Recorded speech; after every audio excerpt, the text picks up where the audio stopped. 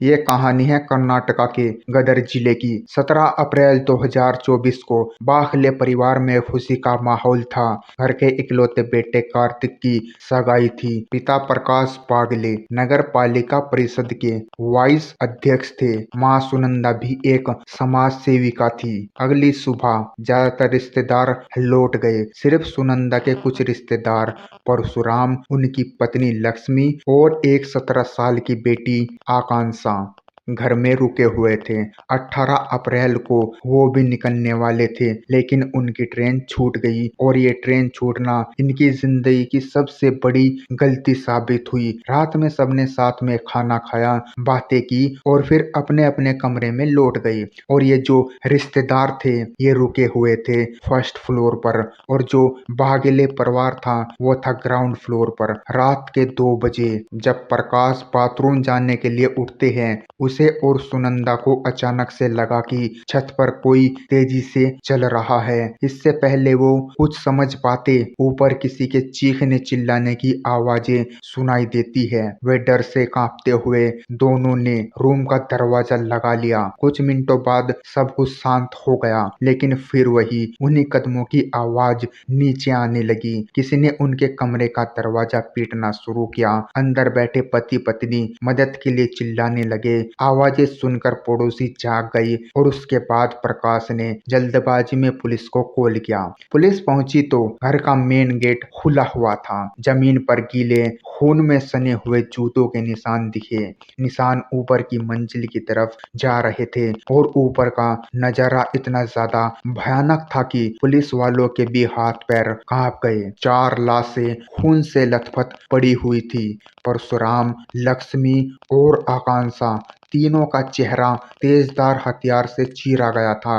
पास ही पड़ा था कार्तिक का शव, वही बेटा जिसकी सगाई पिछली शाम हुई थी। पहली नजर में ये एक लूटपाट का मामला लगा, लेकिन घर से कुछ भी गायब नहीं था। पुलिस ने हर दरवाजा, हर खिड़की को चेक किया, तभी एक खिड़की मिली जिस पर ग्रिल नहीं थी। बाहर दीवार पर धूल के जूतों के निशान थे। इसका मतलब कातिल यहीं से आए होंगे। फिर शुरू हुई असली पड़ताल। प्रकाश और सुनंदा से पूछा गया, क्या आपकी किसी से कोई दुश्मनी तो नहीं है? प्रकाश ने बताया कि उनकी पहली पत्नी रुक्मणी की मौत साल 1995 में हो गई थी। उससे उनके 3 बच्चे थे और उन बच्चों में से एक का नाम था विनायक। बाद में उन्होंने दूसरी शादी कर ली जिससे कार्तिक हुआ। धीरे धीरे उनका बेटा विनायक उनसे दूर होने लगा।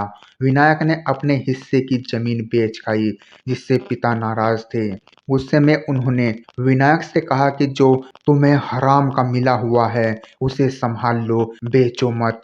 यही बात विनायक को चुभ गई और पहले ही उसे यह बात सता रही थी कि उसकी सौतेली माँ और उनके बच्चे उसके हिस्से की खुशियों को छीन रहे हैं। जांच में पता चला कि विनायक लगातार कुछ अजनबियों से बात कर रहा था, जिसमें से एक था फिरोज काजी, जो एक कार ब्रोकर था, लेकिन उसका असली काम मर्डर करना था। जब पुलिस ने विनायक को कॉल रिकॉर्ड्स दिखाकर कड़ी पूछताछ की तो सारा राज खुल गया। उसने स्वीकार किया कि उसने अपने पिता, सौतेली माँ और भाई की सुपारी दी थी और ये सुपारी 55 लाख में तय हुई थी। योजना ये थी कि ऐसे लगे जैसे लूट हुई हो। फिरोज ने यह काम अकेले नहीं किया, उसने अपने साथियों को महाराष्ट्र के मिराज से भी बुलाया था। 8 जनों की इनकी ये जो टोली थी 18 अप्रैल को बाघेल परिवार के घर पहुंची, खिड़की से अंदर गई। उन्हें ये नहीं पता था कि फर्स्ट फ्लोर पर